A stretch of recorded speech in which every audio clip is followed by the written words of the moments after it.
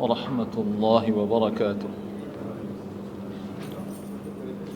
إن الحمد لله نحمده ونستعينه ونستغفره ونعوذ بالله من شرور أنفسنا وسيئات أعمالنا من يهده الله فلا مضل له ومن يضلل فلا هادي له أشهد أن لا إله إلا الله وحده لا شريك له وأشهد أن محمدا عبده ورسوله صلى الله عليه وعلى آله وأصحابه ومن تبعه بإحسان إلى يوم الدين. يا أيها الذين آمنوا اتقوا الله حق تقاته ولا تموتن إلا وأنتم مسلمون. يا أيها الناس اتقوا ربكم الذي خلقكم من نفس واحدة وخلق منها زوجها وبث منهما رجالا كثيرا ونساء واتقوا الله الذي تساءلون به والأرحام إن الله كان عليكم رقيبا. يا أيها الذين آمنوا اتقوا الله وقولوا قولا سديدا يصلح لكم أعمالكم ويغفر لكم ذنوبكم ومن يطع الله ورسوله فقد فاز فوزا عظيما. أما بعد, kaum muslimin, bapak-bapak, ibu-ibu yang dirahmati Allah Subhanahu wa taala, malam ini kita kembali diberi kesempatan oleh Allah Subhanahu wa taala untuk duduk di majlis yang mulia ini dengan harapan kita diberikan ilmu yang bermanfaat, pemahaman yang benar, dan semangat untuk memperbaiki diri, khususnya amal ibadah kita kepada Allah Subhanahu wa taala.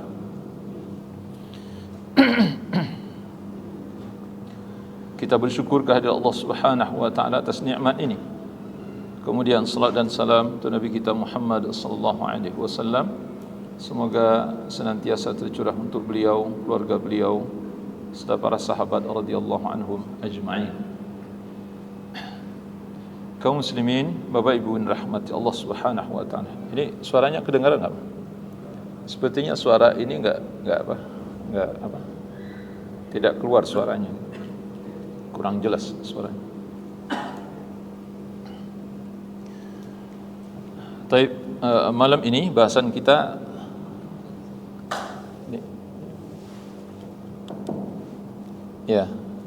malam ini bahasan kita masih menyangkut tentang doa. Bila pertemuan yang lampau kita sudah membahas tentang adab-adab di dalam berdoa, dan boleh kita katakan adab-adab yang kita sampaikan pada pertemuan yang lampau itu terkait dengan adab-adab wajib, termasuk adab-adab sunnah. Jadi siapapun yang ingin doanya dikabulkan oleh Allah Subhanahu wa taala hendaklah memenuhi adab-adab yang sudah kita pelajari pada pertemuan yang lampau. Itu berdasarkan Al-Quran dan Sunnah Rasulullah sallallahu alaihi wasallam. Tidak syak lagi bahwa ketika seseorang berdoa kepada Allah Subhanahu wa taala kemudian menjaga adab-adab yang telah ditetapkan oleh Allah dan Rasulnya sallallahu alaihi wasallam, maka insya-Allah doanya akan dikabulkan oleh Allah Subhanahu wa taala. Sebaliknya, kalau adab-adab ini tidak dijaga atau adab ini tidak dipakai ketika kita berdoa kepada Allah Subhanahu wa taala, maka besar kemungkinan doanya tidak akan dikabulkan oleh Allah Subhanahu wa taala. Ini sudah kita sampaikan pada pertemuan yang lampau. Oleh karena itu, Bapak Ibu rahmati Allah Subhanahu wa taala, penghalang yang pertama, jadi kita akan membahas tentang penghalang terkabulnya doa. Penghalang terkabulnya doa. Maka penghalang pertama adalah semua adab yang kita sebutkan pada pertemuan yang lampau. Kalau adab ini tidak dipakaikan oleh seseorang yang berdoa kepada Allah, maka besar kemungkinan doanya tidak akan dikabulkan oleh Allah Subhanahu wa taala. Jadi adab yang kita sebutkan pada pertemuan yang lampau, banyak sekali adabnya, itu tidak mungkin kita sebutkan satu persatu, tetapi Bapak Ibu rahmati Allah bisa mengingat ini, ya. adab-adab yang kita sebutkan pada pertemuan yang lampau. Termasuk diantaranya tentang waktu-waktu di mana doa kita akan dikabulkan oleh Allah Subhanahu wa taala. Kemudian sebelum masuk pada poin-poin yang kita dapati di dalam hadis Nabi sallallahu alaihi wasallam tentang penghalang-penghalang doa itu tersebut, maka kita mengawali bahasan ini dengan apa yang disampaikan oleh Imam Ibnu Qayyim rahimahullahu taala terkait dengan kesalahpahaman atau salah persepsi orang yang berdoa. Kita bacakan apa yang ditulis oleh beliau rahimahullahu taala dan insyaallah ini sangat bermanfaat. Katsiran ma najidu ad'iyatan da'a biha qaumun fastujiba lahum. Banyak dari orang yang berdoa yang kita temukan doanya dikabulkan oleh Allah Subhanahu wa taala. Jadi tidak sedikit ya, banyak sekali orang yang berdoa yang doanya dikabulkan oleh Allah Subhanahu wa taala. Wa yakunu qad qatarana bid-du'a'i dararatun ya daruratu sahibihi wa iqbaluhu 'ala Allah taala. Ya ini tentu, kata beliau, bisa jadi dia berdoa itu menyertakan hal-hal yang membuat doa itu dikabulkan oleh Allah Subhanahu wa taala. Seperti kata beliau, ketika orang yang berdoa ini dia betul-betul menunjukkan kebutuhannya atau dia berada dalam keadaan terjepit. Dia berada pada kondisi terjepit, apa ini bahasa kitanya? Ya sama seperti orang yang terapung di lautan dengan sepotong kayu yang disebutkan oleh para imam ya. Jadi ada orang yang kapalnya pecah, tidak ada yang bisa menyelamatkan dirinya, tidak ada tempat bergantung pada saat itu kecuali hanya ada sepotong kayu. Di kayu itulah dia berpegang. Nah, ini kan keadaan sangat darurat ya, sangat terjepit ya ketika itu. Pada saat itu ketika seorang berdoa kepada Allah Subhanahu wa taala, insyaallah doanya akan dikabulkan oleh Allah. Kemudian bisa jadi dia berdoa itu karena dia telah melakukan perbuatan-perbuatan baik sebelumnya. Jadi sebelum berdoa banyak kebaikan-kebaikan yang dia lakukan. Salah satu di antara sebagaimana disebutkan oleh Imam Ibnu Qayyim, mungkin dia bersedekah, dia berinfak, dia telah membantu fakir miskin, dia telah menolong anak yatim, dia telah berbuat baik kepada sesama. Kemudian Allah Subhanahu wa taala memberikan penghargaan kepada orang ini dengan mengabulkan doanya. Atau bisa jadi kata beliau di sini disebutkan al-sadafat waktu ijabah. Bisa jadi dia berdoa kepada Allah Subhanahu bertepatan dengan waktu diijabah oleh Allah Subhanahu wa taala doanya. Bertepatan dengan waktu diijabahnya doa oleh Allah Subhanahu wa taala. Atau hal-hal lain yang menyebabkan doanya dikabulkan oleh Allah Subhanahu wa taala. Kemudian kata beliau fayadhunnu adh-dhann anna sirra fi lafzi dzalika ad-du'a. Sehingga orang yang tidak mengerti tentang hal ini mengira bahwa doa si fulan dikabulkan oleh Allah itu lantaran kalimat-kalimat doa yang dia baca. Ini sebagaimana bahasan kita sebelumnya. Kata Rasulullah sallallahu alaihi wasallam, siapa yang membaca kalimat ini di dalam doanya maka doanya akan dikabulkan oleh Allah Subhanahu wa taala. Siapa yang membaca Ismul A'zam di dalam doanya maka doanya akan dikabulkan oleh Allah Subhanahu wa taala. Itu dijamin oleh Nabi sallallahu alaihi wasallam. Sebagaimana doa yang dibaca oleh seorang sahabat, Allahumma inni as'aluka bi anni ashhadu annaka antallahu la ilaha illa ant al-ahadus samad alladzi lam yalid wa lam yulad wa lam yakul lahu kufuwan ahad.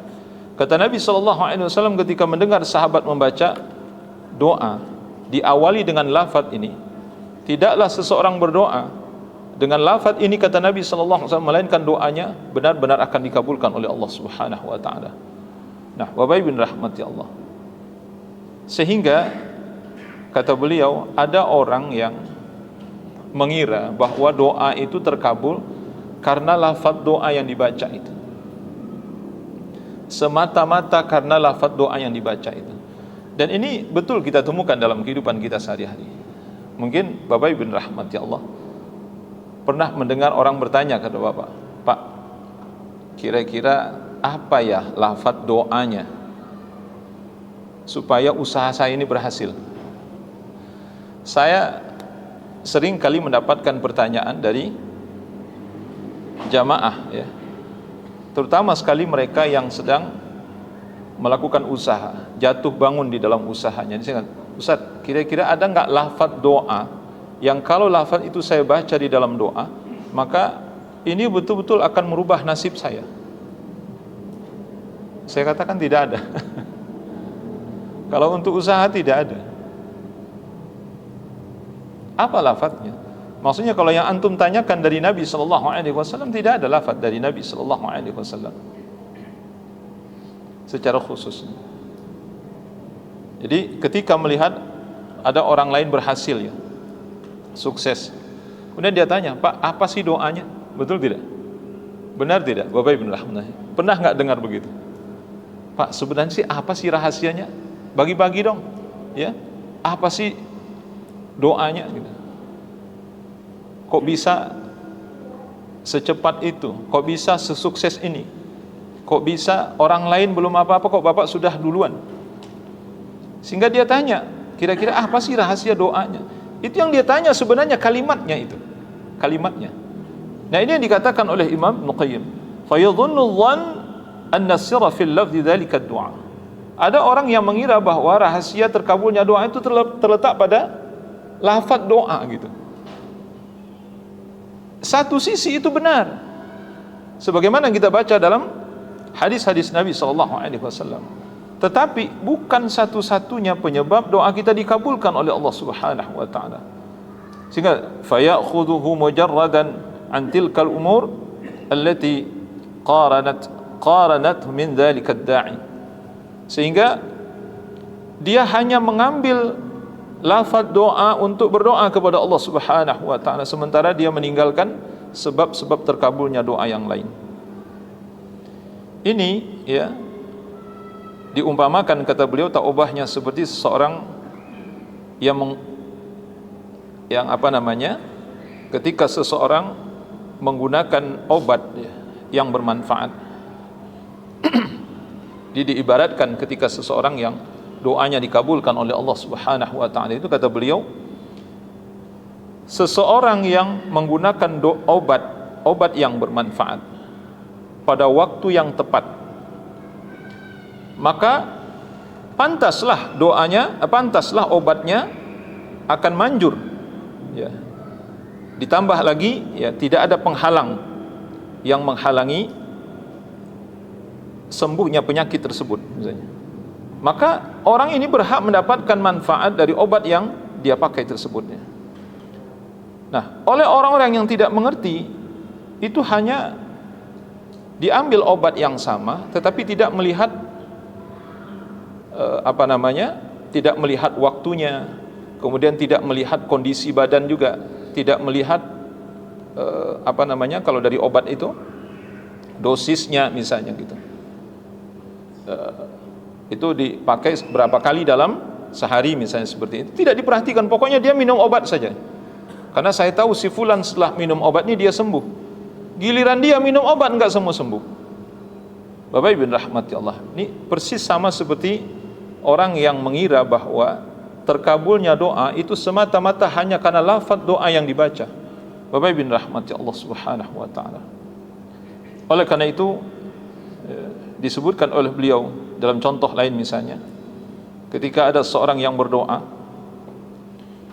di kuburan. Dia mencontohkan ada seorang yang berdoa di kuburan, dan doa itu dia panjatkan dalam keadaan dia sangat-sangat terjepit dan sangat butuh, sangat darurat dan sangat butuh. Berdoa di kuburan hukum asalnya boleh atau tidak, Bapak Ibu? Kalau dalam rangka ziarah boleh. Dan Nabi SAW berdoa di kuburan. mendoakan kaum muslimin kepada Allah Subhanahu di mana? Di kuburan. Nabi sengaja pergi ke Baqi' pada malam hari dan siang hari dalam satu hadis yang sahih untuk mendoakan seluruh umat beliau, baik yang masih hidup dan sudah meninggal, khususnya yang sudah meninggal. Beliau berdoa kepada Allah Subhanahu wa taala. Jadi boleh sebenarnya. Tapi kalau sengaja datang ke kuburan untuk berdoa, ini para ulama mengatakan tidak diperbolehkan. Walaupun tidak minta ke kuburan. Bapak Ibu perhatikan, ini pentingnya, di dua hal yang berbeda. Kalau antum pergi berziarah kubur kemudian antum berdoa, itu jelas boleh. Tapi kalau sengaja datang ke kuburan, bukan bermaksud untuk berziarah, tapi sengaja untuk berdoa, maka itu tidak diperbolehkan. Pasti ada maksud di balik itu kan? Apa maksudnya? Sengaja datang ke kuburan untuk berdoa. Berarti dia meyakini kuburan ini karamah. Diyakini bahwa kuburan ini mendatangkan manfaat, bisa memberikan manfaat, bisa menolak madarat. Maka tidak diperlu. Apalagi kalau sampai berdoa kepada kuburan, itu syirkun akbar, syirik besar. Bapak Ibu rahmati Allah. Jadi ketika seorang ada yang berdoa di kuburan, pada saat itu dia betul-betul sangat butuh dan dalam keadaan terjepit, darurat misalnya, maka doanya dikabulkan oleh Allah Subhanahu wa taala. Kemudian orang yang melihat mengira bahwa oh, ternyata kalau doa di kuburan itu doa dikabulkan. Akhirnya dia doa di kuburan. Bapak dan Ibu rahmati Allah Subhanahu wa taala. Jadi sebab terkabulnya doa bukan karena di kuburan itu, bukan, tapi karena dia terjepit, sangat butuh. Lebih dari itu, bertepatan dengan waktu doanya dikabulkan oleh Allah Subhanahu wa taala dan lain sebagainya. Oleh karenanya, Bapak Ibu rahmati Allah Subhanahu wa taala, janganlah kita menjadi orang yang tertipu ya. Jadi kita tidak bisa melihat terkabulnya doa seseorang itu dari satu sisi saja. Banyak sisi-sisi lain yang harus diperhatikan. Karena apa doa ini dikabulkan oleh Allah Subhanahu wa taala? Jadi tidak bisa kita hanya melihat sepintas kemudian kita mempraktekkan itu. Banyak hal yang sudah dilakukan oleh orang ini, banyak sebab-sebab yang sudah dilakukan oleh orang ini, baru kemudian doanya dikabulkan oleh Allah Subhanahu wa taala. Nah, kita tiba-tiba ingin doa kita dikabulkan seperti dia, padahal dia telah melakukan banyak hal.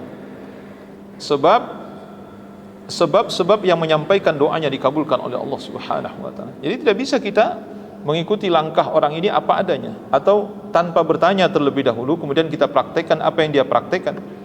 Itu hasilnya bisa berbeda. Bapak Ibu rahmati Allah. Kemudian di sini juga beliau sebutkan al-adiyah wa ta'awudzat bimanzilatis silah. Doa-doa yang dipanjatkan dan ta'awudz yang dimohonkan kepada Allah itu menempati kedudukan senjata bagi orang mukmin ya. Jadi doa dan ta'awudz yang kita panjatkan kepada Allah itu menempati senjata sebenarnya. As-silahu bidharibiha. Tentu senjata itu sangat bergantung kepada orang yang memakainya. Apa istilahnya itu? The man behind the gun. The man behind the gun. Jadi senjata, kata wah ini senjata berbahaya nih. Senjata ini jangan main-main, ini senjata berbahaya nih. Itu kalau nggak diinikan oleh orang, nggak mungkin dia berbahaya. Jadi senjata itu menjadi berbahaya atau menjadi sangat ditakuti. Lihat dulu siapa yang menggerakkan senjata itu. Nah, pedang itu tidak akan bisa melukai orang lain kalau seandainya orang yang memegang pedang itu bukanlah seorang yang ahli. Maka disebutkan la bihaddihi faqat. Tidak bisa mengandalkan mata pedang yang tajam saja. Famata kana silahu silahan tamman la afata bi. Tetapi juga selain dari pedang yang tajam, sempurna tajamnya, wasa'idu sa'idun qawiyun. Dan orang yang memegang pedang tersebut memiliki lengan yang kuat. Memiliki lengan yang kuat. Wal mani'u maqfud, ya. disertai, kata beliau, tidak adanya penghalang. Ini ada tiga yang menyebabkan doa atau ta'awudz itu, kata beliau, sangat penting. Tiga hal ini. Yang pertama, senjatanya harus tajam. Yang kedua, orang yang menggunakan senjata itu harus mahir dan kuat. Dan yang ketiga, tidak ada yang menghalangi senjata ini untuk digunakan. Apa kata beliau? Hasalat bihin an-nakayatu fil adu. Maka senjata ini siap untuk dihantamkan kepada musuh. Wa ma tatakhallafa wahidun min hadhihi thalatha. Tapi kalau salah satu dari tiga syarat ini tidak ada, takhallaf ta'thir, maka tidak akan ada pengaruhnya. Apa maksudnya itu? Yang dimaksud dengan tajamnya pisau atau tajamnya senjata, itu maksudnya doa. Jadi doa yang kita panjatkan ini, benar enggak ini doa yang datang dari Allah, datang dari Nabi? Kalau kita baca doa ini, ada jaminan dari Allah dan Nabi akan dikabulkan. Ini doa yang baik atau ta'awudz yang baik yang berasal dari Allah dan Nabi sallallahu alaihi wasallam. Yang kedua, yang dimaksud dengan lengan tangan, lengan orang yang memainkan senjata tersebut, itu maksudnya orangnya. Jadi kalau lafaz doanya sudah baik, kalimat ta'awudznya itu sudah menjamin bahwa doa ini akan dikabulkan. Nah, ini tergantung kepada orang yang membacanya. Orang yang membacanya ini orang yang kuat atau tidak, ya. Jangan-jangan dia bukan orang yang kuat untuk membaca ini. Jadi kalau orang yang penuh dengan dosa dan maksiat misalnya, tidak bisa dia membaca doa atau membaca ta'awudz, dan tidak mungkin itu akan dikabulkan oleh Allah Subhanahu wa taala. Nah, kemudian yang ketiga, kata beliau, ada atau tidak penghalangnya? Kalau penghalangnya tidak ada, maka doa ini akan dikabulkan oleh Allah Subhanahu wa taala. Nah, Bapak Ibu rahmati Allah Subhanahu wa taala. Jadi dengan demikian ada tiga sisi yang perlu kita lihat di sini. Inilah nanti sebenarnya urutan-urutan yang akan kita lihat, ya. Pertama, dari sisi lafaz doa yang kita gunakan. Kedua, orang yang berdoa ini, apakah dia orang yang pantas dikabulkan doanya atau tidak? Yang ketiga, ada enggak penghalang-penghalang? Dalam artian di sini, ya mungkin barangkali terkait dengan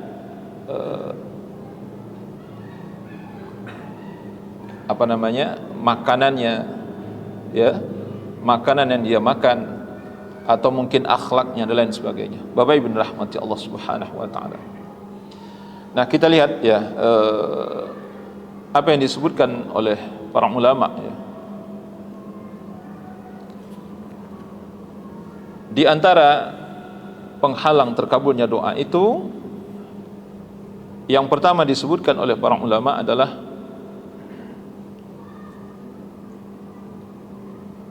ketidakikhlasan orang yang berdoa kepada Allah Subhanahu wa taala. Sebagaimana kita tahu bahwa doa adalah ibadah kepada Allah. Ad-du'a huwal ibadah. Jadi doa adalah ibadah kepada Allah Subhanahu wa taala.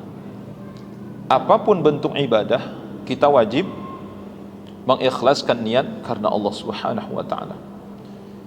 Wa ma umiru illa liya'budullaha mukhlishina lahuddin. Dan tidaklah mereka diperintah untuk beribadah, melainkan mereka wajib mengikhlaskan niat di dalam beribadah kepada Allah Subhanahu wa taala. Jadi berdoa wajib bagi kita mengikhlaskan niat. Ini yang pertama. Bapak dan Ibu rahmati Allah Subhanahu wa taala. Jadi kalau tidak ada keikhlasan di dalam hati kita, maka besar kemungkinan doa kita tidak akan dikabulkan oleh Allah Subhanahu wa taala. Kemudian yang kedua, disebutkan oleh para ulama, tidak sempurnanya bertaubat kepada Allah Subhanahu wa taala. Ini Anda coba rangkum, ya, dari apa yang dijelaskan oleh beberapa para ulama. Jadi kenapa? Karena kaitannya dengan terkabulnya doa di sisi Allah Subhanahu wa taala. Ini sangat bergantung kepada taubatnya kita. Allah Subhanahu wa taala berfirman misalnya yang terdapat dalam surah Nuh, faqultu astaghfiru rabbakum innahu kana ghaffara yursilis samaa 'alaikum midrara wa yumdidukum bi amwali wa banina wa yaj'al lakum jannati wa yaj'al lakum anhara. Disebutkan. Bapak dan Ibu rahmati Allah Subhanahu wa taala. Maka Nabi Nuh berkata, aku perintahkan kalian untuk minta ampun kepada Allah, beristighfar, mohon ampun kepada Allah. Innahu kana ghaffara. Dan Rabb kalian pasti akan memberikan ampunan. Yursilis samaa 'alaikum midrara. Disebutkan umat Nabi Nuh alaihi salatu wassalam itu memohon kepada, meminta, Nuh, mintalah kepada Tuhanmu agar diturunkan hujan. Jadi mereka mengalami paceklik, ya. Hujan tidak turun-turun pada saat itu. Apa yang diperintahkan oleh Nabi Nuh kepada mereka? Bertaubatlah kalian kepada Allah, mohon ampun kepada Allah Subhanahu wa taala. Nah, dari sini disebutkan oleh para ulama, kita bisa mengambil faedah bahwa seseorang tidak mungkin didengar doanya oleh Allah Subhanahu wa taala kalau dia tidak memohon ampun dari dosa-dosa yang dia lakukan. Jadi kalau dosa masih melekat di badan kita, apalagi ada dosa yang didawamkan, ada dosa yang terus menerus dilakukan, na'udzubillah min dzalik. Bapak Ibu rahmatillah, ini penting untuk kita renungi. Kita berharap doa dikabulkan, tapi ternyata masih ada dosa-dosa yang kita lakukan dan kita tidak bertobat dari dosa itu. Maka jangan banyak berharap kepada Allah bahwa doa kita akan dikabulkan oleh Allah Subhanahu wa taala. Berapa banyaknya dari kita yang masih menekuni dosa ini, dosa itu, tapi kemudian kita menadahkan tangan kepada Allah Subhanahu wa taala. Bapak dan Ibu rahmati Allah Subhanahu wa taala. Oleh karena itu, mohon ampunlah kepada Allah dengan taubatan nasuha. Ya ayyuhalladzina amanu tubu ilallahi taubatan nasuha. Kemudian juga sebagaimana yang pernah kita sebutkan sebelumnya, Bapak Ibu rahmati Allah Subhanahu wa taala, seseorang terburu-buru, ya, terburu-buru minta dikabulkan doa. Ini sudah kita sempat kita singgung pada pertemuan yang lampau. Jadi Bapak Ibu rahmati Allah, di antara adab yang perlu diperhatikan adalah jangan sekali-sekali kita seakan-akan mendesak atau memaksa Allah harus dikabulkan doa kita. Siapa kita? Tidak ada satupun yang berhak memaksa Allah Subhanahu wa taala. Oleh karena itu, tunggu saja. Oleh karenanya Rasulullah sallallahu alaihi wasallam menyebutkan dalam hadis yang lampau, kita bacakan hadisnya itu. Kata Nabi sallallahu alaihi wasallam,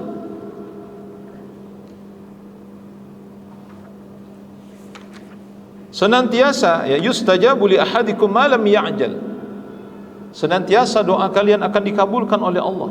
Artinya tidak ada doa kita ini yang tidak akan dikabulkan oleh Allah. Semuanya akan dikabulkan oleh Allah Subhanahu wa taala. Selama kalian, kata Nabi, tidak tergesa-gesa minta dikabulkan. Jadi kalau kita tergesa-gesa itu kesannya kita memaksa Allah Subhanahu wa taala. Sabarlah. Sehingga dia katakan, da'autu falam yustajab li. Aku sudah berdoa tapi doaku tidak dikabulkan. Mengucapkan kalimat itu dosa. Bapak Ibu rahmatnya, saya sudah berdoa tapi doa saya tidak dikabulkan. Mengucapkan kalimat itu dosa. Dan ini bentuknya dia tidak sabar dengan terkabulnya doa, sehingga dia katakan bahwa saya sudah berdoa tapi doa saya tidak dikabulkan oleh Allah Subhanahu wa taala. Maka ini tidak dibenarkan. Bapak Ibu rahmati Allah Subhanahu wa taala. Dalam hadis yang lain Nabi sallallahu alaihi wasallam, la yazalu istajabu lil 'abd. Senantiasa doa akan dikabulkan oleh Allah. Ma lam yada' bi itsmin aw qati'atir rahim. Ma lam yasta'jil.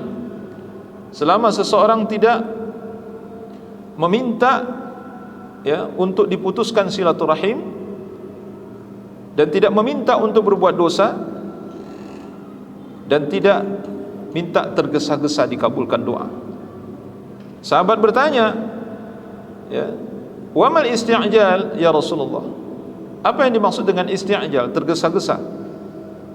Rasulullah katakan qad da'autu qad da'autu. Ada seseorang yang mengatakan aku telah berdoa. Falam ara yastajibu li, dan aku tidak melihat ada tanda-tanda doaku dikabulkan. Fa yastahsiru 'inda dzalika wa yad'u du'a. Kemudian dia berputus asa, akhirnya dia meninggalkan doa. Bapak Ibu rahmati Allah.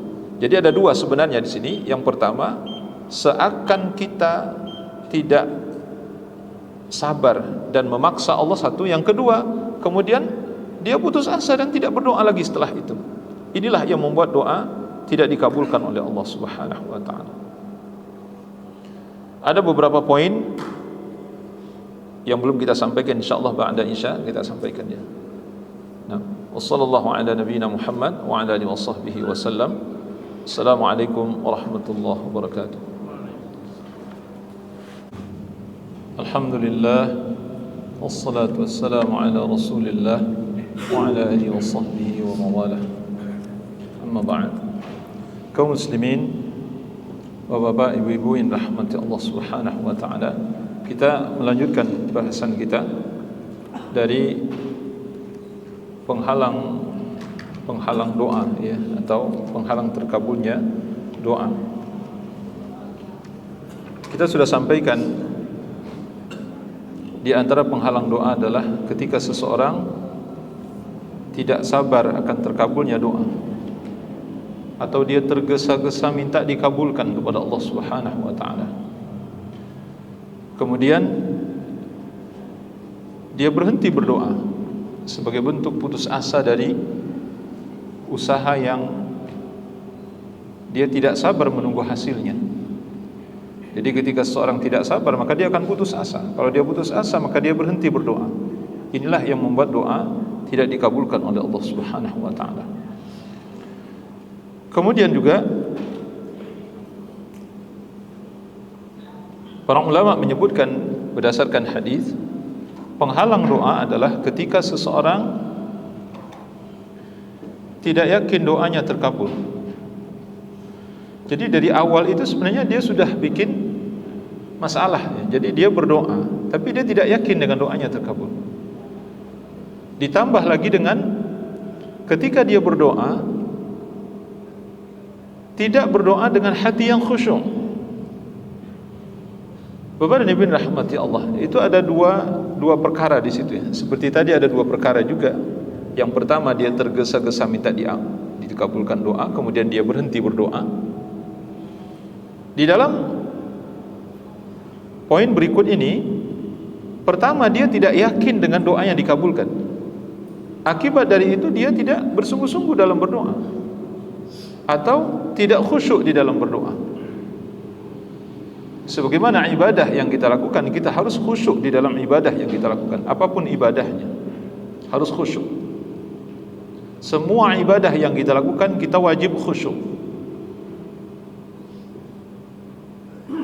Ini menunjukkan keseriusan dan kesungguhan kita beribadah kepada Allah Subhanahu wa taala. Oleh karena itu Rasulullah sallallahu alaihi wasallam dalam satu riwayat disebutkan, "Ud'ullaha wa antum muqinuna bil ijabah." Berdoalah kalian kepada Allah dengan keyakinan bahwa Allah mengabulkan doa kalian. Berdoalah kalian kepada Allah dengan penuh keyakinan bahwa doa akan dikabulkan oleh Allah. Jadi harus ada keyakinan dalam hati, enggak boleh ada ragu-ragu. Ini doa saya dikabulkan apa tidak?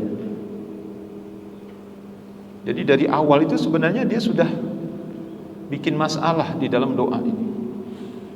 Kemudian ditambah lagi, kata Allah, kata Nabi sallallahu alaihi wasallam, wa'lamu ya, anna Allah la yastajibu du'a min qalbin ghafilillah.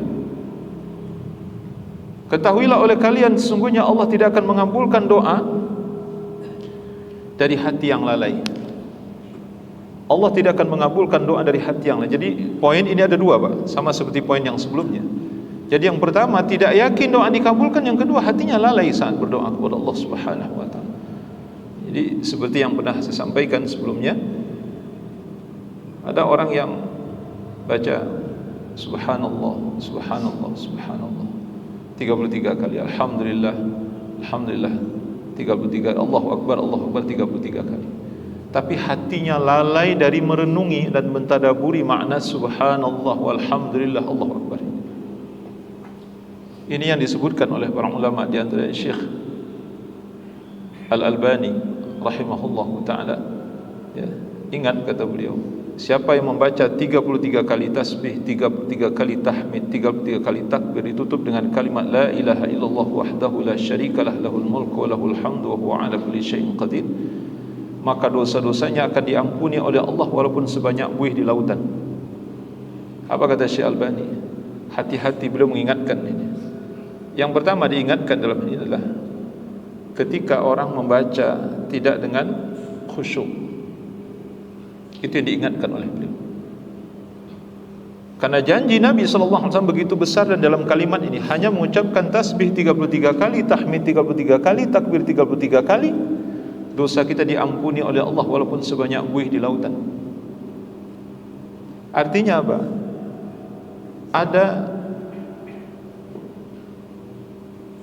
ganjaran yang sangat besar di balik kalimat ini. Bayangkan kalau seandainya kita membaca hanya sekedar membaca, tidak direnungi dengan hati kita, kita tidak khusyuk dalam membaca kalimat ini, tidak bersungguh-sungguh di dalam membacanya. Nah, sebagian dari kita, Bapak Ibu rahmatullah, mungkin bisa kita perhatikan, kalau habis salat itu orang zikir subhanallah, subhanallah. Kita belum apa-apa, dia udah pindah pada alhamdulillah, alhamdulillah. Kadang-kadang kalau kita perhatikan, ini ada imam yang mengeraskan bacaan zikir. Coba sekali-sekali Bapak ikutin itu. Kita baru setengah tasbih, dia udah selesai, pindah ke alhamdulillah. Betul tidak? Coba aja Bapak perhatikan ini. Kita baru setengah baca itu, baru 15 kali baca, dia udah pindah alhamdulillah, alhamdulillah. Baru setengah dia pindah Allahu akbar, Allahu akbar. Ini orang baca bagaimana gitu? Hampir dapat dipastikan orang yang membaca terlalu cepat itu enggak khusyuk, pasti itu.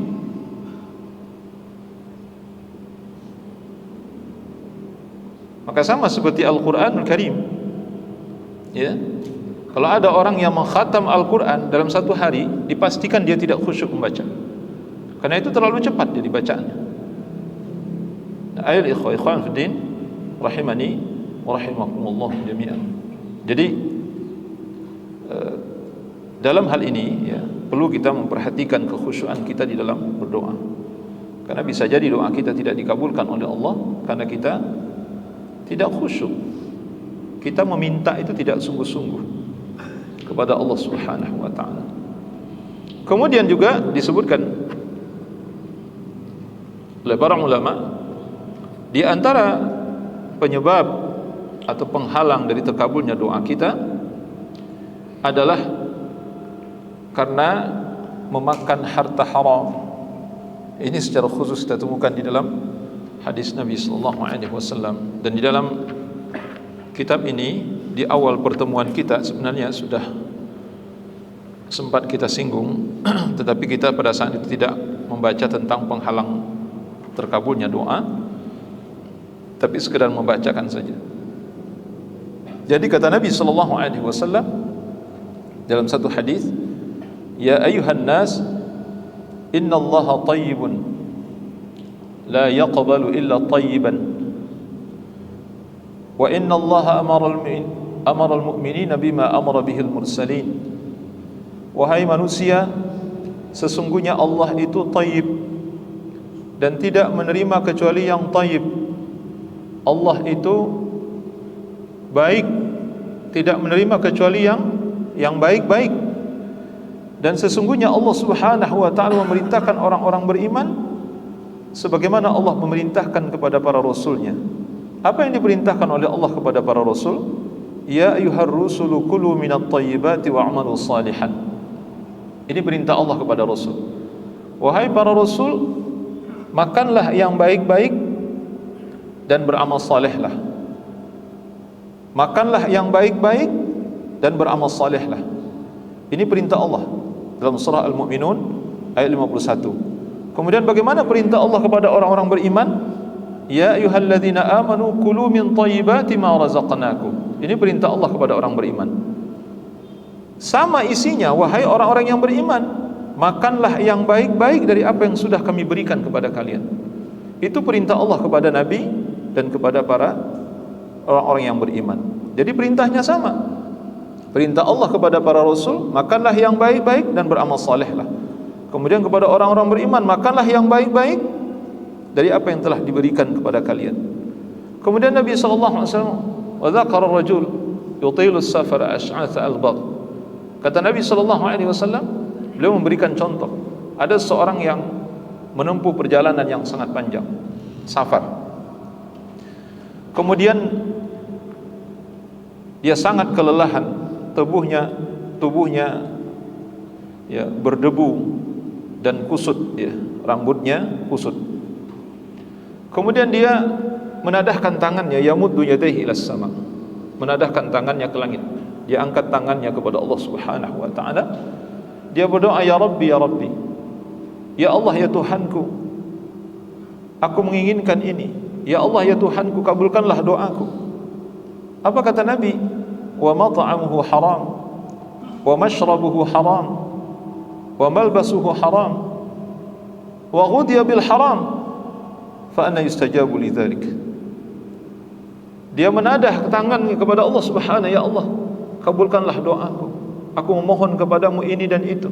Kabulkan doaku ya Allah. Sementara kata Nabi, makanannya haram, minumannya haram, pakaiannya haram, dan dia dikenyangkan dengan hal-hal yang haram, kata Nabi sallallahu alaihi wasallam. Bagaimana doanya akan dikabulkan oleh Allah? Maksudnya tidak mungkin doanya akan dikabulkan oleh Allah Subhanahu wa taala. Bapak Ibu rahmati Allah. Ada satu asar ya, yang dituangkan oleh Abdullah bin Ahmad, yakni Imam Ahmad, dalam kitab Az-Zuhd. Imam Ahmad bin Hanbal mengutip ada satu asar ya. Beliau menyebutkan Bani Israel ditimpa balak. Bani Israel ditimpa balak, ya mungkin paceklik, mungkin kemarau panjang, entah apa yang, mungkin penyakit yang menimpa diri mereka. Kemudian fakharaju makhraja, mereka keluar berbondong-bondong ke lapangan ya, tanah lapang.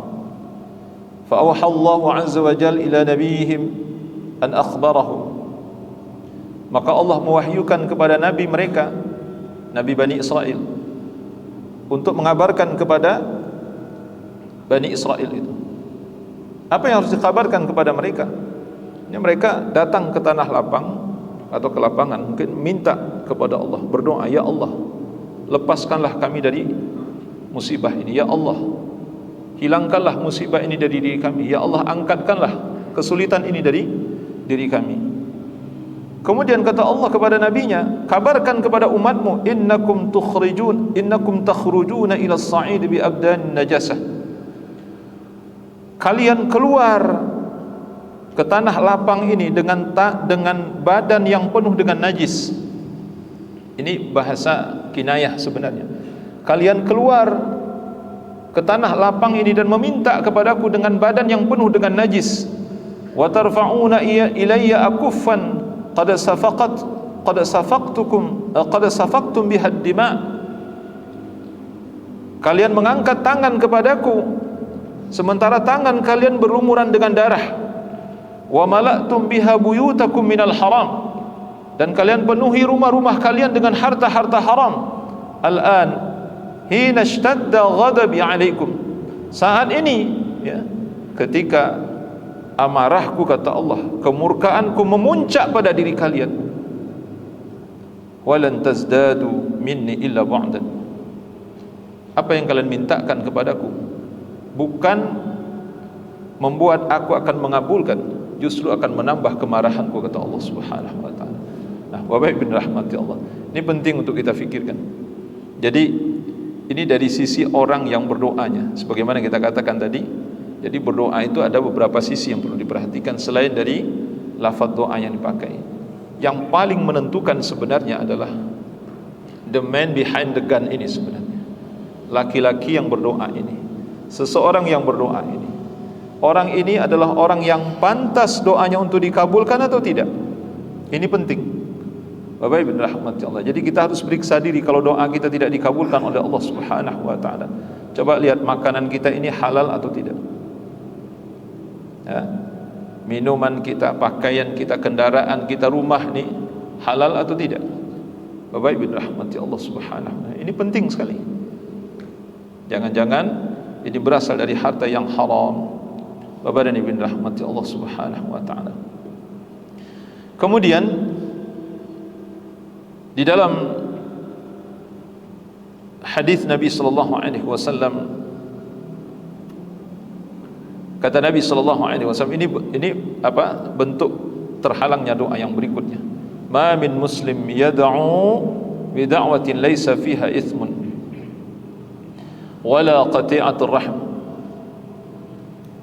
Tak seorang muslim pun yang berdoa dengan satu doa di mana doa yang dia panjatkan tidak mengandung dosa dan tidak mengandung pemutusan terhadap silaturahim, illa a'tahu Allahu biha ihdath thalath, melainkan doanya akan dikabulkan oleh Allah Subhanahu wa taala.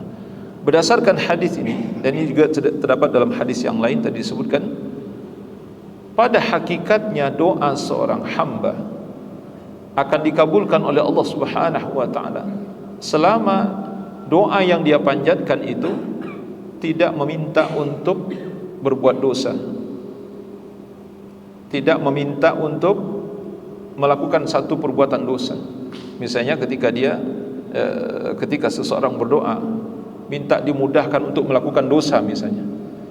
Nah, ini jelas bertentangan dengan syariat. Kata Nabi, bisa jadi doa ini tidak dikabulkan oleh Allah Subhanahu wa taala, karena ini sesuatu yang dibenci oleh Allah. Kemudian dia berdoa kepada Allah agar diputuskan silaturahim. Putus silaturahim. Ya Allah, aku tidak menyukai si fulan, buatlah dia benci kepadaku atau aku benci kepadanya. Maka ini doa yang diharamkan oleh Allah, maka Allah tidak akan mengabulkan doa yang seperti ini. Jadi artinya ini konten doa atau substansi doa yang dia panjatkan itu tidak diridhai oleh Allah Subhanahu wa taala, atau dia berdoa dengan isi doa yang dilarang di dalam syariat. Bapak Ibu rahmati Allah Subhanahu wa taala. Kemudian juga di antara penghalang doa disebutkan oleh para ulama berdasarkan hadis, tidak menjalankan amar ma'ruf nahi munkar. Tidak menjalankan amar ma'ruf nahi munkar, atau tidak beramar ma'ruf dan tidak bernahi munkar. Dari sahabat Hudzaifah radhiyallahu anhu, Nabi sallallahu alaihi wasallam, Rasulullah sallallahu alaihi wasallam bersabda, "Walladzi nafsi biyadihi la ta'murunna bil ma'ruf wa la tanhawunna 'anil munkar aw la yushikanna Allahu an yab'atha 'alaykum iqaban minhu thumma tad'unahu fala yustajabu lakum." Hadis ini diriwayatkan oleh Imam Tirmizi dan beliau berkata hadis ini hasanun sahih. Dari sahabat Hudzaifah radhiyallahu anhu, Rasulullah sallallahu alaihi wasallam bersabda, "Demi jiwaku yang berada di tangannya," kata Nabi sallallahu alaihi wasallam, sungguh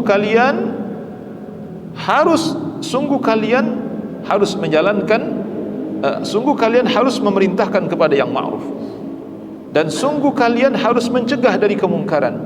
Jadi artinya tidak boleh tidak dilakukan itu.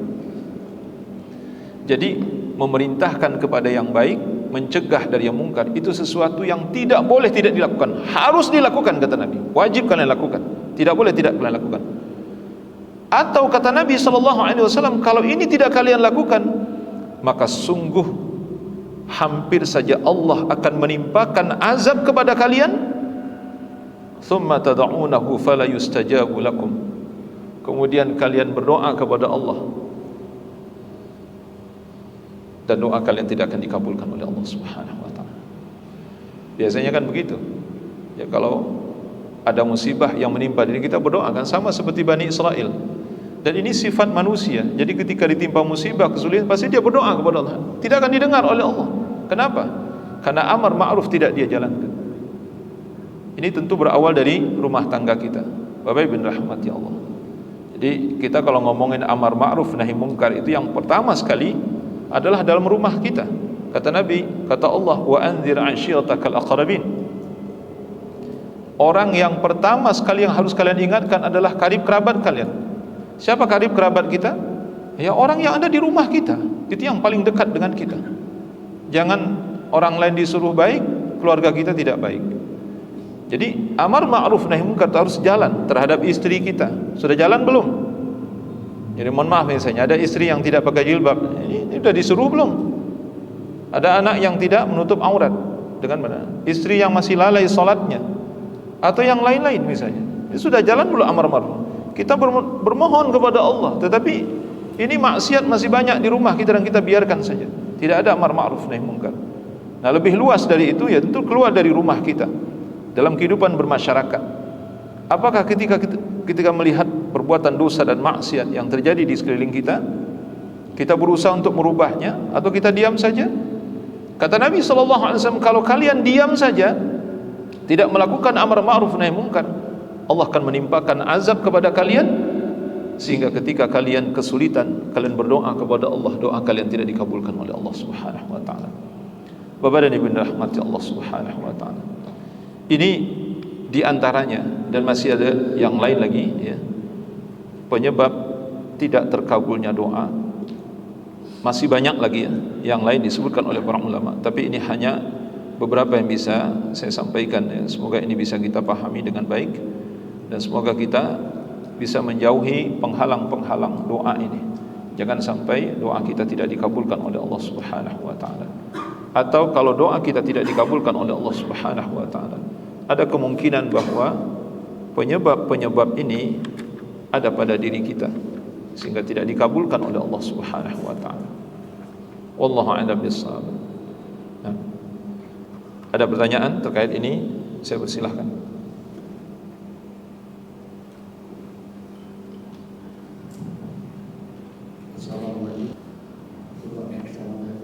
Waalaikumsalam warahmatullahi wabarakatuh. Ada satu hadis ya. Meski hadis ini diperdebatkan oleh para ulama, tapi ada ulama yang mengatakan hadis ini hasan. La yaruddul qadar illa du'a.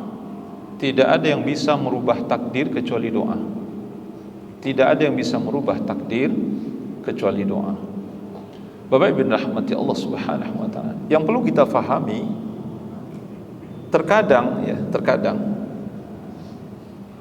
kita mengira bahwa doa kita tidak dikabulkan oleh Allah Subhanahu wa taala setelah kita berusaha melakukan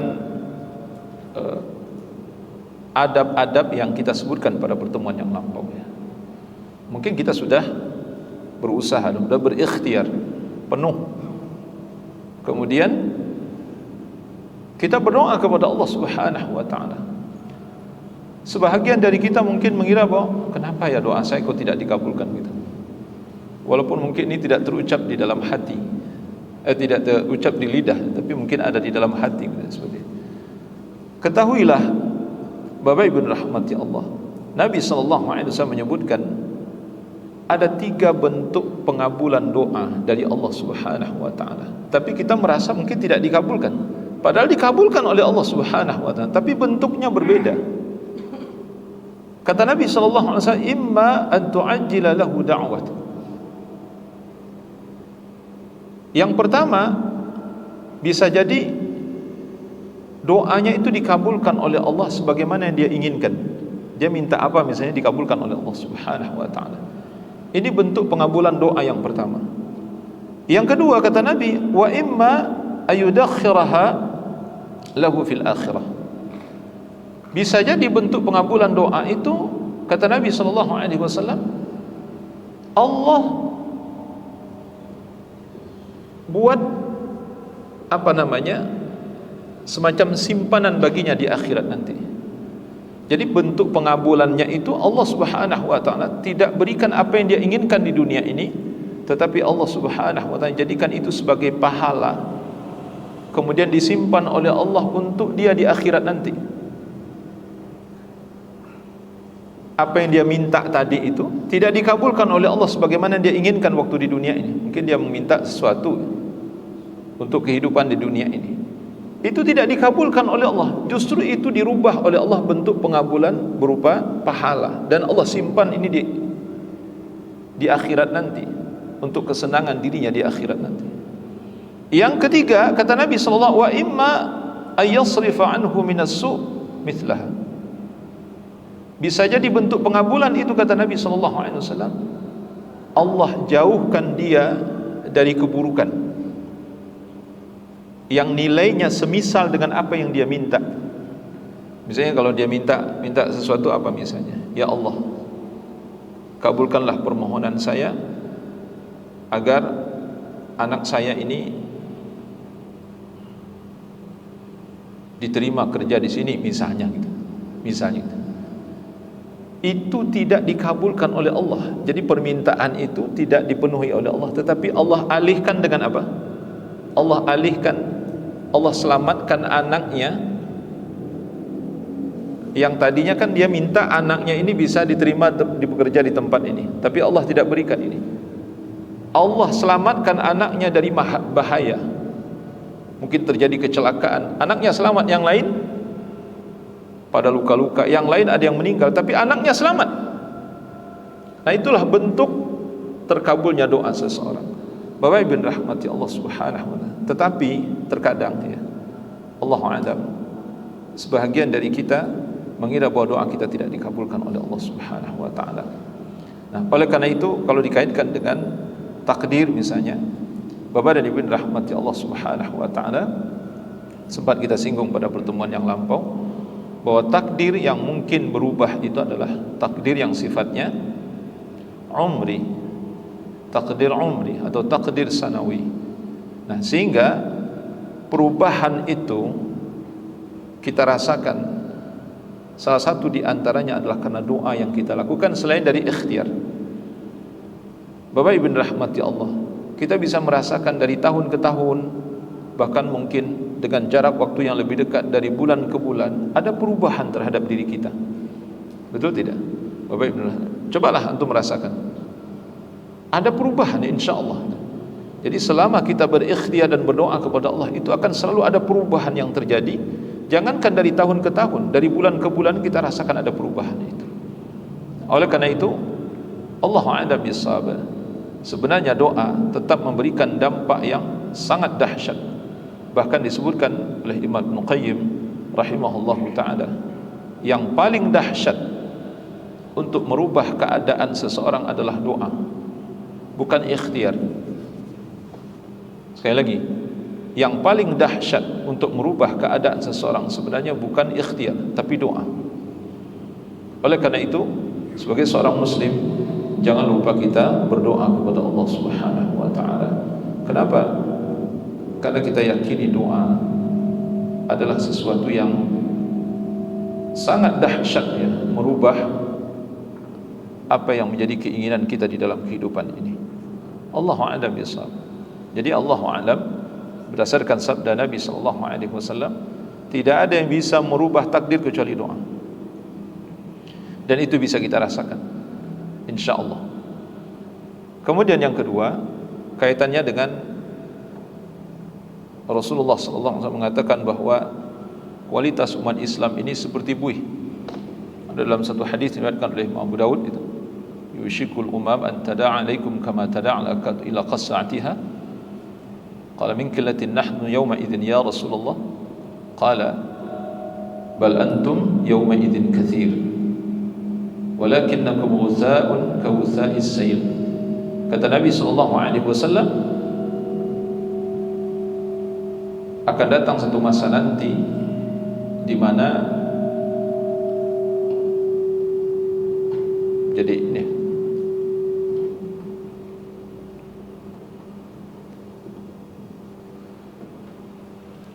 di mana kalian akan dikeroyok ya, atau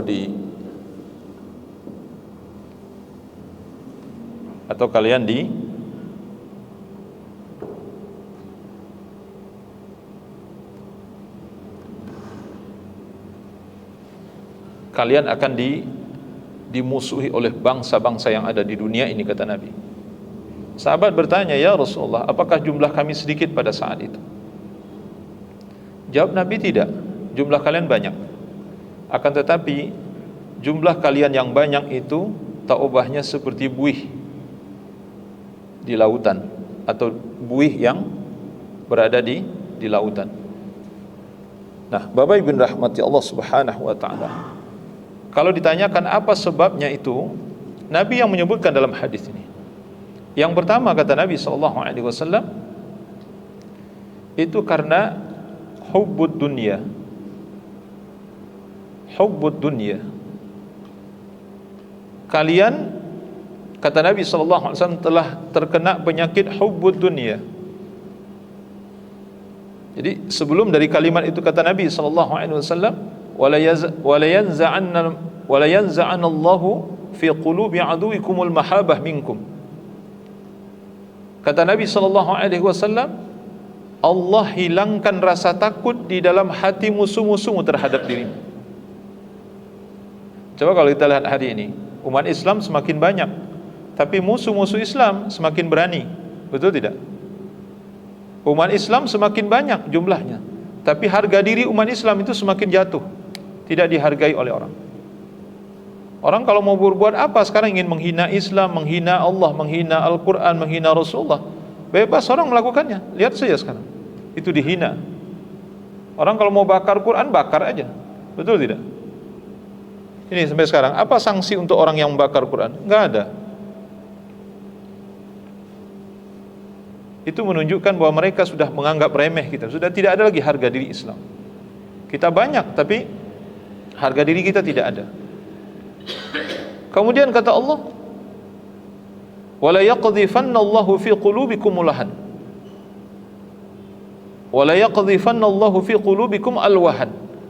Allah masukkan ke dalam hati kalian penyakit wahan. Sahabat bertanya, wahai Rasulullah, wa mal wahan? Apa penyakit wahan itu? Nabi katakan, hubbud dunya wa karahiyatul maut. Inilah penyebabnya, yaitu cinta kepada dunia dan takut mati. Allahu a'lam. Saya tidak tahu ya, kalau umat Islam hari ini diajak jihad, mau atau tidak? Diajak jihad. Jihad itu ya mengorbankan nyawa, mengorbankan harta dan mengorbankan nyawa kita. Mau atau tidak? Ya Allahu a'lam. Kita tidak tahu ya.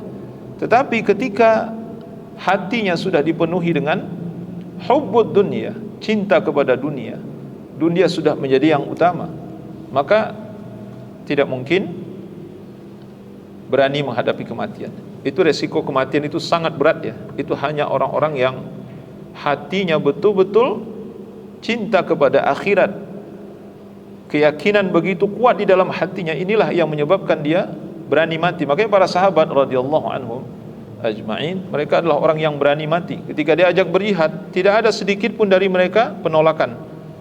Yang terjadi penolakan itu ke dalam ayat dan hadis kita dapatkan, itu adalah orang-orang munafik. Kenapa? Karena orang munafik hubbud dunya, dan mereka sangat takut dengan kematian. Ketika ada perintah dari Nabi, ayo ikut berperang, maka orang munafik membuat alasan, 1000 alasan dibuat oleh mereka agar mereka tidak ikut berperang bersama Nabi SAW, karena mereka takut mati. Allahu a'lam bissawab. Nah, tentu banyak penyebab-penyebabnya, tapi penyebab yang paling utama kata Nabi adalah karena hubbud dunya. Allahu a'lam bissawab. Ada pertanyaan lain, Bapak Ibu? Masih ada, waktu kita lebih kurang. Iya, yang pertama, Nabi yang mengatakan ittaqu da'watal mazlum. Kata Nabi, takutlah kalian dengan doanya orang yang teraniaya. Artinya apa? Dari sana sebenarnya orang yang teraniaya itu bisa saja dia berdoa kepada Allah Subhanahu wa taala agar orang yang menzalimi dirinya diberikan hukuman oleh Allah Subhanahu wa taala.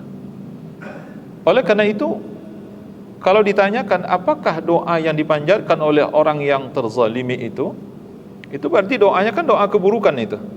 Tadi dikatakan bahwa kalau doa untuk satu keburukan atau untuk satu dosa, maka itu tidak diperbolehkan. Ini khusus untuk orang yang terzalimi, khusus untuk orang yang terzalimi. Itu bukan menjadi satu dosa baginya mendoakan keburukan bagi orang yang telah menzalimi dirinya.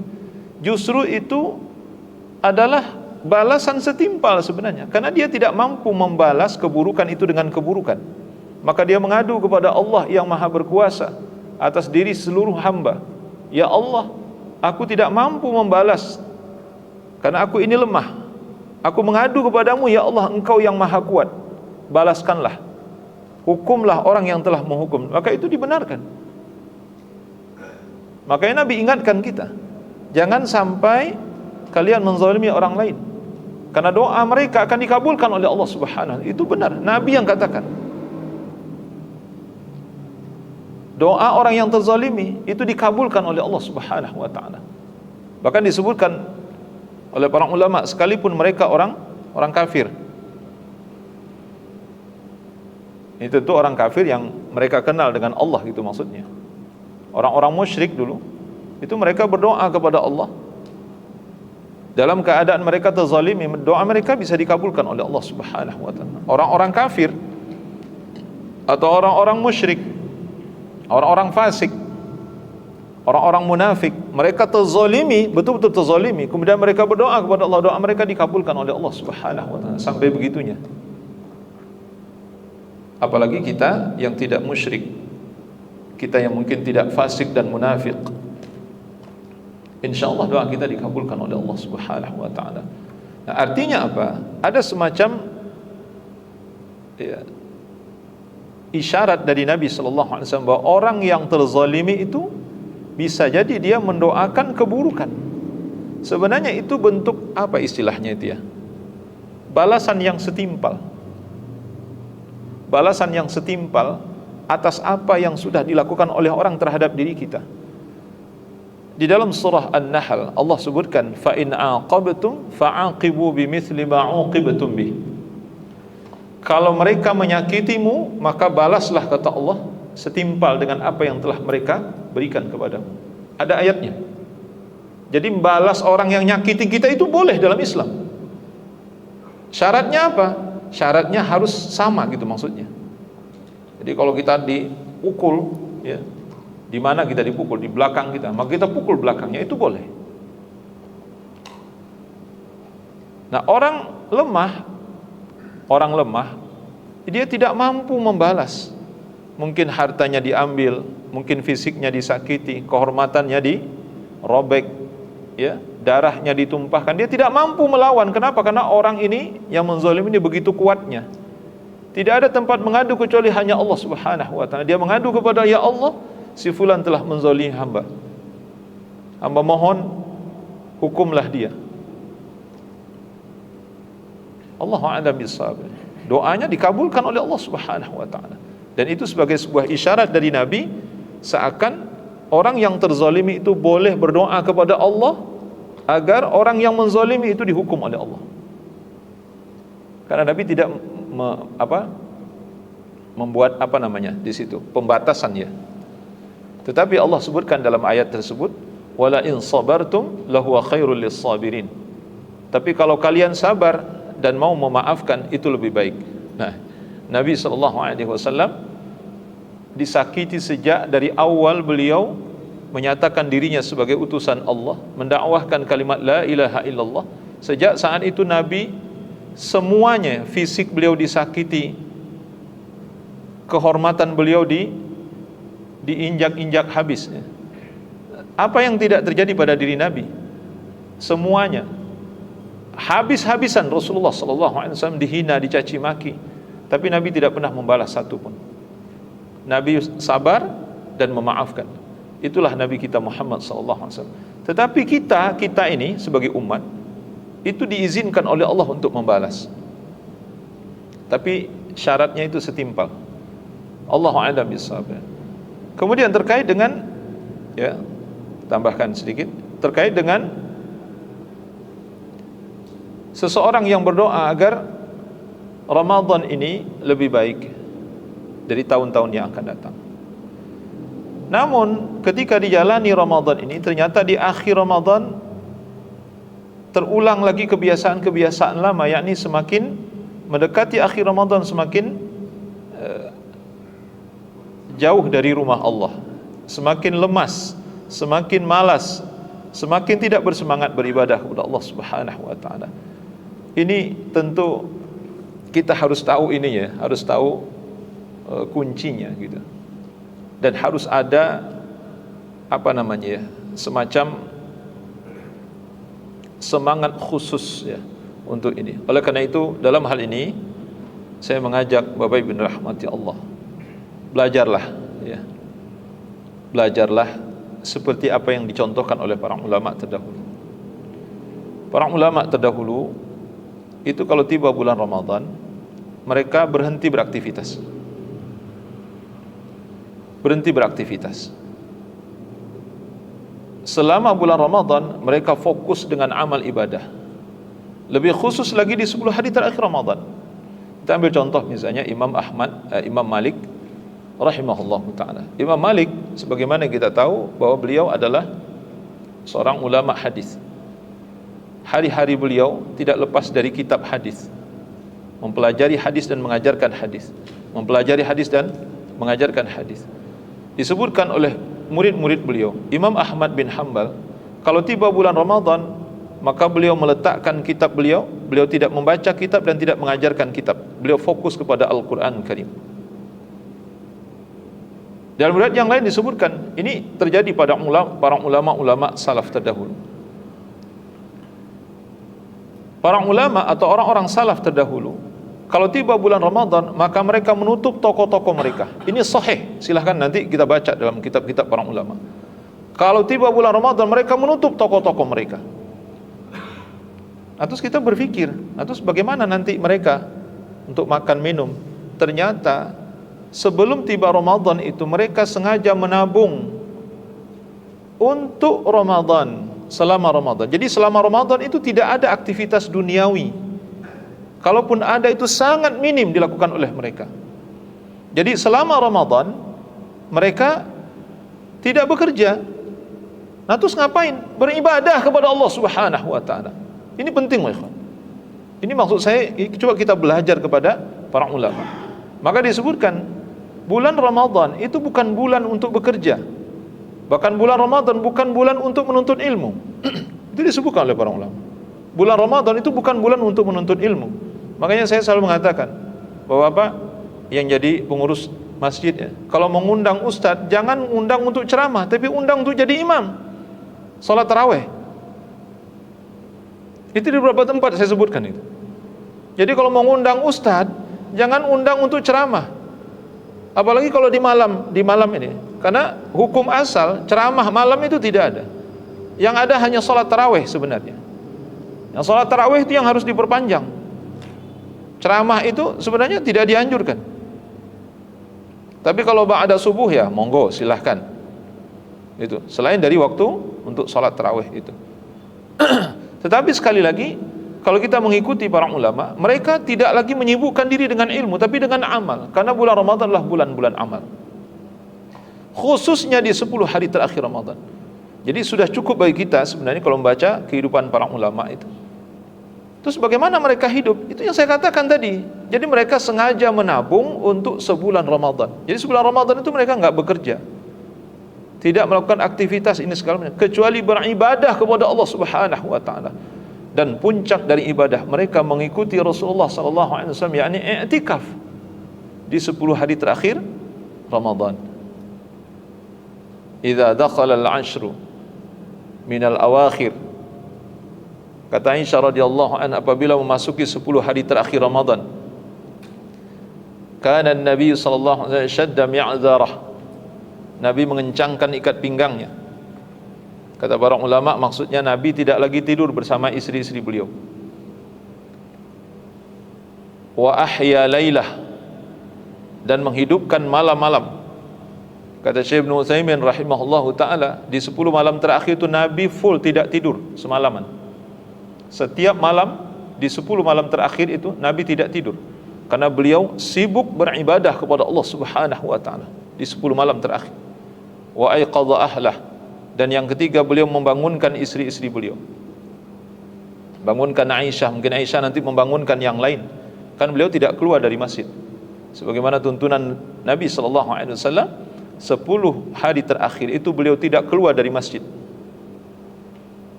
tidak keluar dari masjid. Untuk apa? Untuk beribadah kepada Allah Subhanahu. Ini yang Anda maksudkan, kita meluangkan waktu seperti ini atau tidak untuk beribadah kepada Allah. Tapi kalau kita masih menganggap Ramadan seperti bulan-bulan biasa, masih sibuk kerja seperti biasa, masih tidak kendor juga semangat kita terhadap dunia, berarti kita masih menyamakan Ramadan dengan bulan-bulan lainnya. Makanya kita tidak pernah sampai kepada titik klimaks beribadah kepada Allah seperti Nabi sallallahu alaihi wasallam. Saya teringat dengan teman ya. Ada teman, Pak, setiap tahun itu dia ngumpulin duit buat apa? Buat umroh di 10 hari terakhir Ramadan. Dia bukan orang kaya. Ya, ada satu ikhwan kita. Dia bukan orang yang banyak duit, tapi dia sengaja, Ustaz ya. Anak sengaja ngumpulin duit untuk bisa i'tikaf 10 hari terakhir Ramadan di Masjid Haram. 10 hari terakhir, pokok 10 hari terakhir dia di Masjid Haram. Dia bukan orang kaya. Masya Allah, luar biasa. Pokoknya kalau sudah masuk setengah Ramadan, biasa di hari yang ke-16 atau 15 dia sudah berangkat menuju ke Masjid Haram. Dia bukan orang kaya. Ini saya tidak menceritakan orang kaya. Kalau orang kaya mah biasa itu. Kalau orang kaya setiap tahun 10 hari terakhir Ramadan i'tikafnya itu biasa itu. Ini orang biasa gitu. Orang biasa. Tapi dia bertekad seperti itu. Pokoknya 10 hari terakhir Ramadan saya harus di Masjid Haram. Allahu Akbar. Itu satu contoh saja. Nah, kita punya tekad seperti itu tidak? Jadi kalau kita masih biasa-biasa saja menganggap Ramadan ini, ya sudah begitu terus, setiap tahun kita akan begitu terus. Mohon maaf, terutama sekali Bapak-bapak yang pedagang. Saya ngaji di pasar-pasar seperti Blok M, di Pasar Kebayoran Lama, di Pasar Senen. Saya ngaji, Pak. Saya kasih tahu. Tapi kita ya dilema ini, Ustaz, susah katanya. Justru ya puncak laba dan keberuntungan itu justru dalam bulan Ramadan gitu. Puncaknya itu yang mendekati Lebaran.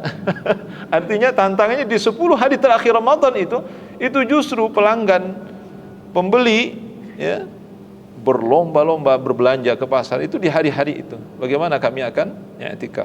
Ya sudahlah, paling tidak Bapak-bapak, Ibu-ibu bisa i'tikaf kalong paling tidak. Ya, i'tikaf kalong. Kalau tidak bisa 10 hari full, minimal di hari-hari ganjil saja. Harus ada azam yang kuat dalam hati. Karena kalau tidak, nggak akan ada perubahannya. Setiap tahun kita akan begitu terus.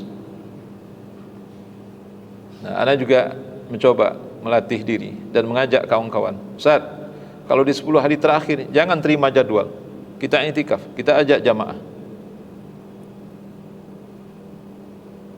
Dan itu sudah kita praktekkan.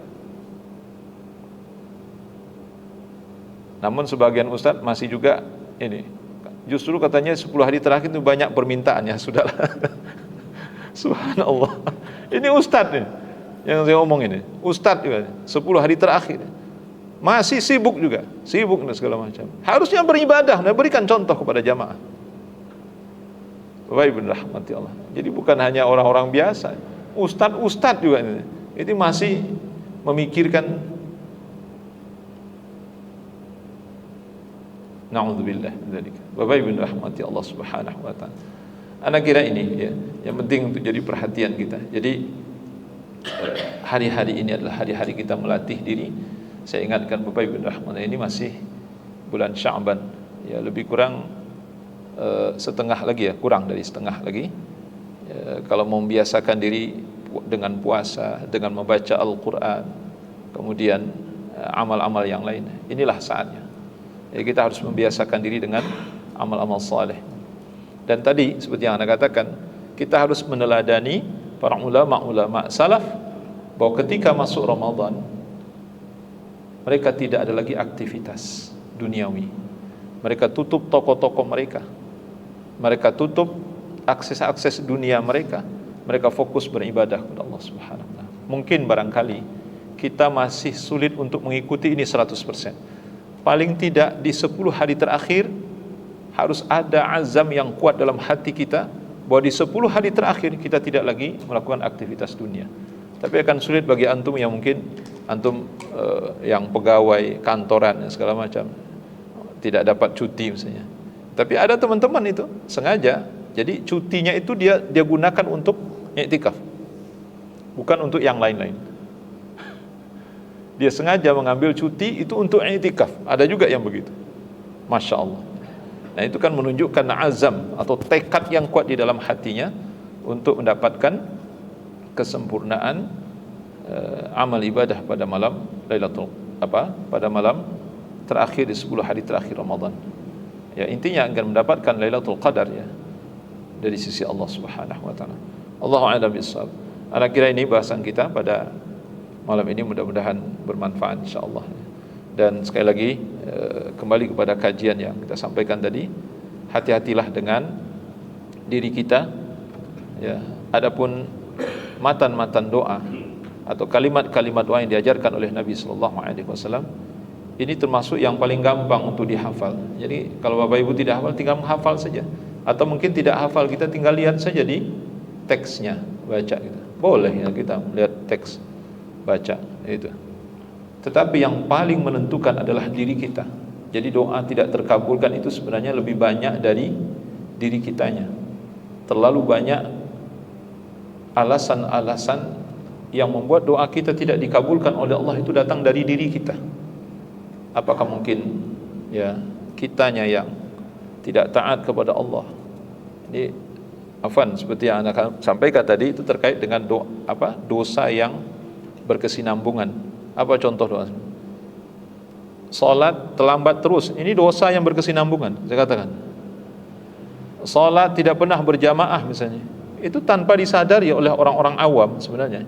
Ini dosa yang berkesinambungan, yang dia tidak pernah bertobat kepada Allah Subhanahu wa taala. Itu termasuk dosa besar. Sadarkah umat Islam ini? Perhatikanlah, salat berjamaah berapa yang datang ke masjid? Berapa saf di masjid? Nah, selebihnya mereka berbuat dosa. Allah yang mengatakan fawailul lil musallin alladziina hum 'an salatihim sahun. Allah katakan celakalah orang yang salat. Kalau Allah mengatakan celaka, berarti itu perbuatan dosa. Dan Allah yang mengatakan celaka di situ.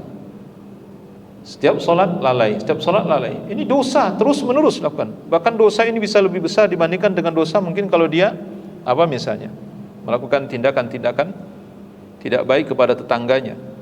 Bisa jauh lebih besar dosa dia lalai mengerjakan solat, dan ini terus menerus dia lakukan tanpa dia sadari bahwa ini satu dosa di sisi Allah Subhanahu wa taala.